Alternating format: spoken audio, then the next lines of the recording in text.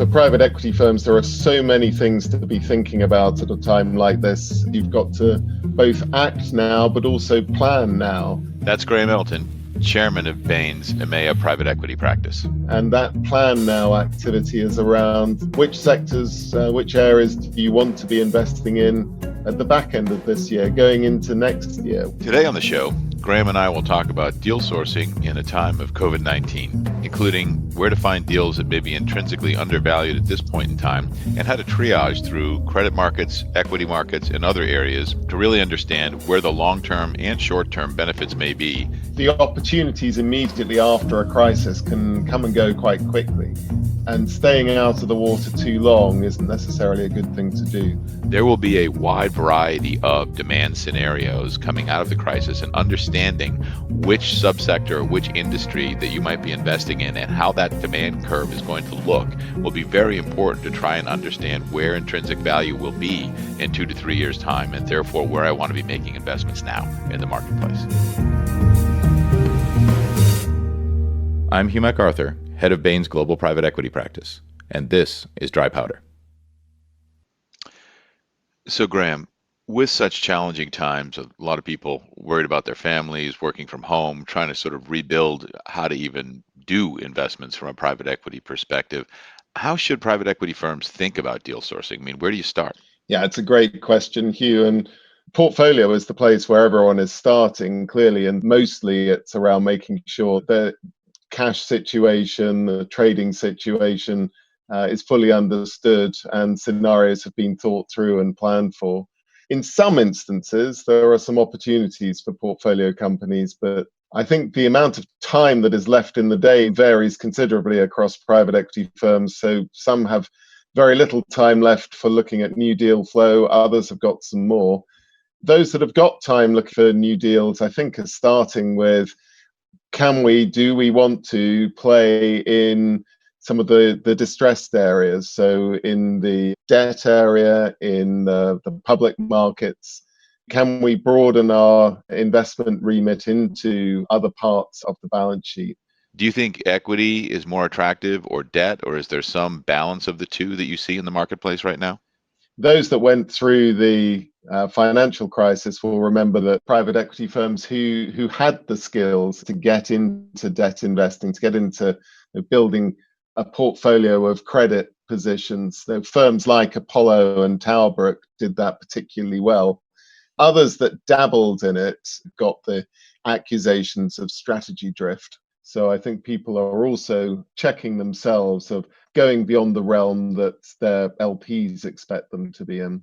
For the majority of private equity firms, that means that they are probably staying out of the debt area. They're probably looking into the public markets.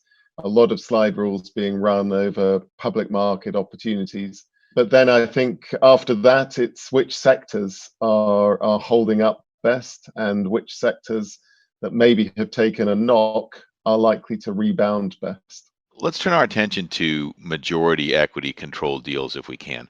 With so many industries in upheaval right now, and frankly, folks not even knowing where an industry is pointed, where should a private equity firm even begin to source its deals? Yeah, and look, we're clearly seeing some sectors holding up well through this crisis. I mean, the obvious one is parts of the healthcare sector, parts of the technology sector. We're seeing some of our old favorites in the business information world and other online delivered B2B services holding up relatively well too. So I think that there are some sectors that are really reaffirming their worth or proving their worth. I think the interesting thing is going to be finding things that are transactable is probably going to be very challenging, given who would be a seller of such assets at the moment.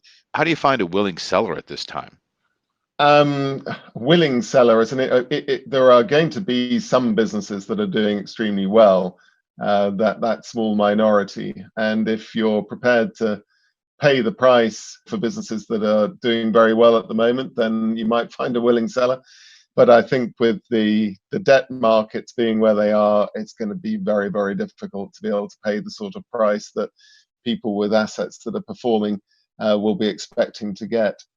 So then you're looking for people that are willing, in inverted commas, sellers. They are having to sell because they need the cash for another part of their business.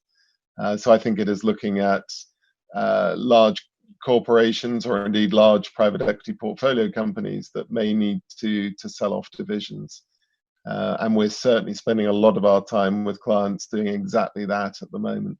I'd add that one other factor that I think is going to drive a lot of interest in the short term in the distressed areas, be they credit or be they equity, is the fact that people feel like there was an opportunity in 2009 and early 2010 to do the same thing, but the window slammed shut much, much more rapidly than the market anticipated, particularly on the credit side. If you didn't have a distressed credit fund ready to go, you likely missed the window. There was no time to raise a new fund and then get into the marketplace because the window lasted on the credit side a matter of months before things repriced to much, much higher levels.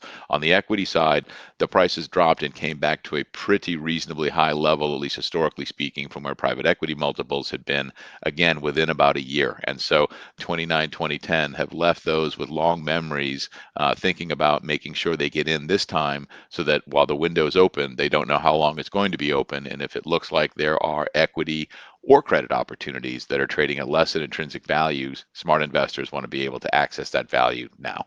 Do you see our clients surveying the landscape, or are they already striking deals?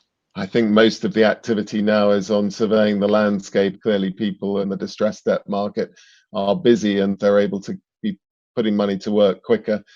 Elsewhere, it's largely surveying the landscape. The more medium-term planning about the ways that businesses do business with each other or consumers consume, which things are going to become more important to people around education, around healthcare, that are going to make assets in those areas more valuable. That scanning is definitely going on with that medium-term view as well.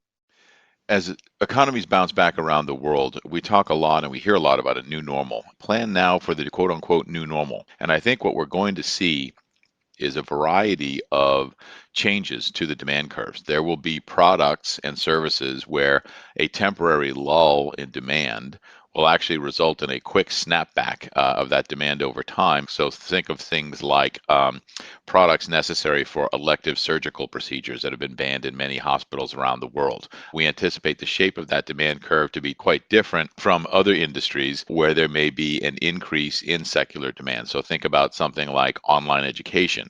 There may be still other areas of the economy where we see a new normal being kind of a leapfrog, if you will. As we saw 10 or 11 years ago, online buying and e-commerce was beginning to replace traditional retail. There are other industries today where we may see a similar leapfrog as the industry recovers, that there are trends that are already there that will be accelerated. And as consumers change their buying behavior in a forced way through the COVID pandemic, they will kind of blow through the traditional S-shaped penetration curve and come out the other side and decide they want to change their behavior permanently.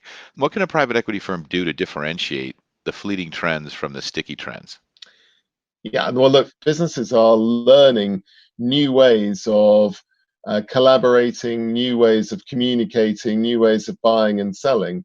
A lot of them are acceleration of things that were happening before, but that acceleration is it's not going to go backwards. An interesting one that I've been involved with recently in the event space. Now we've talked about virtual events many times, but in this crisis, they're going to happen. The technology is there to enable large groups of people to have really effective international events without anyone having to get on an aeroplane, stay in a hotel.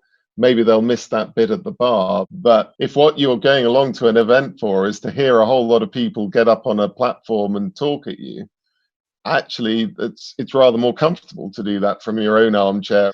And if there's an opportunity to put people into breakout groups or into one-on-one meetings, to field Q&A, to do online polls, the technology that now exists, and we're sitting on one of those platforms ourselves right now, actually can run a much better meeting than you're able to do in a conference center. Similarly, there's a lot that's being done now by telemedicine remotely for things like psychotherapy, even physical therapy, And as consumers become more comfortable that they can do physical therapy in their house and interact with the physical therapist that way, that may be for a segment of the consumers a way that they actually prefer to consume that service versus getting in the car and actually going to the therapy center. So if you're in the retail health business and some of your demand is able to be met by telemedicine, that's something you need to be thinking about making investments in right now so that you have the digital capabilities in order to serve customers because they want to be served in a different way coming out of the crisis. So which industries and companies are being hit so hard private equity firms may want to consider investing in a rebound? Yeah, look, the whole anything that involved travel, I think that there's going to be a consumer desire to get out of the house, get out of the immediate environs, and people that are able to provide that in a safe, exciting way, I think are going to benefit over the next several years. An investment into the right parts of the travel industry could be a very interesting play. And then the other angle on travel is probably which things that have relied upon travel in the past may rely less on it in the future. And in the conferencing space, being able to have those breakout groups, those one-to-one meetings, the online polling, the use of other media during conferences, to have a potentially more valuable and more stimulating experience. So there are ways to continue to source and do traditional private equity deals working from home. There are investors today where much, if not all, of the work has actually been done virtually. Do you believe that doing deals, quote unquote, virtually will become more and more on trend for majority equity stakes in the future?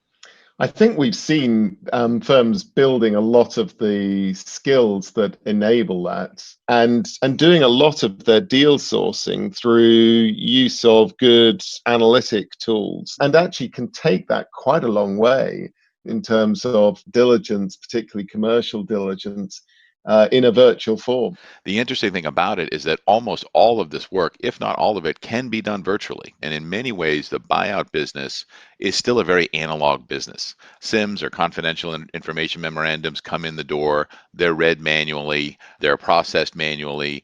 Deal triaging and pipeline still happens quite manually in most buyout shops. There's a management meeting, and then when financing is done, there are financing roadshows. People get on airplanes again. So in many, many ways, the private equity buyout business is still the ultimate analog business. But there is no reason why this work cannot be done online, and digital technology cannot be much more a part of deal sourcing, deal triaging, management meetings, virtual site visits, making investment decisions, and then getting financing done in a virtual way as well. So while the industry hasn't made this a common motion yet, I believe it will be a common motion in the future and that we will see more deals done. And once people get the confidence that there's still that set level of quality in doing a traditional buyout, but utilizing more digital tools and technologies to actually accomplish that, I believe the entire private equity industry will become more efficient as well as a result of this. That's right. I think you can get quite a long way down the road. Important piece of actually getting up close and personal and meeting someone, particularly management team, pressing the flesh, really making sure that you're on the same wavelength about what needs to be done with the business. I think those things are very difficult to pass by, to make happen virtually. But no, I think a lot of the job can be done in a virtual environment. I agree. During my chat with our good friend Jim Strang of Hamilton Lane a little while ago, Jim mentioned that it's really the shape of the shock that's going to drive opportunities in the future as well as defensive moves that investors might make with the current portfolio. I think one of the things which is really interesting is what will the shock look like? Because last time round we had a sort of a really short, sharp correction. What are we going to get this time? Is it going to be a V or a U or a goodness knows what else? As we've discussed, this macro shock is actually radically different from the last one, or even frankly any one that we've seen in our lifetimes. To what extent can private equity firms really rely on any of their old playbooks today? Yeah, look, I think we learned a few things last time around. First of all, was that actually private equity proved to be pretty good owners of assets through a downturn. They were prepared to roll their sleeves up and work with management teams to make the necessary changes. They were prepared to batten down the hatches where necessary and weather the storm, sit it out. The whole periods went up, of course they did. but actually private equity did a pretty good job of holding on to businesses until they could make a reasonable return. I think we'll see that happen again. I think we're in a sector which can do that. It can hold on to those assets. There isn't a fire sale. Money isn't pulled out of funds. So we'll see sensible guardianship, sensible involvement with firms to see them through this period and bring them out to a place where there's at least a decent return made.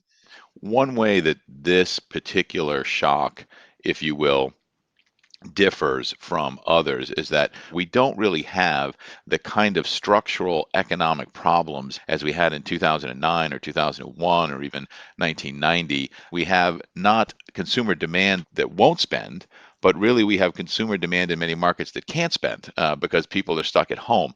To the extent that we can keep liquidity in the economy, we should be able to see in many industries a quick bounce back in spending, depending again upon where technology fits into the industry, where there are delayed satisfaction type purchases that our consumers are looking for, or where indeed consumers have actually permanently changed their behavior and what they want to do as a result of this shock, and they're going to actually access products and services in new ways. So it sounds like there'll be a lot of different opportunities in many markets as a result of the shape of this particular downturn, which is going to be pretty different on a sector by sector basis in some cases than downturns we may have seen in the past.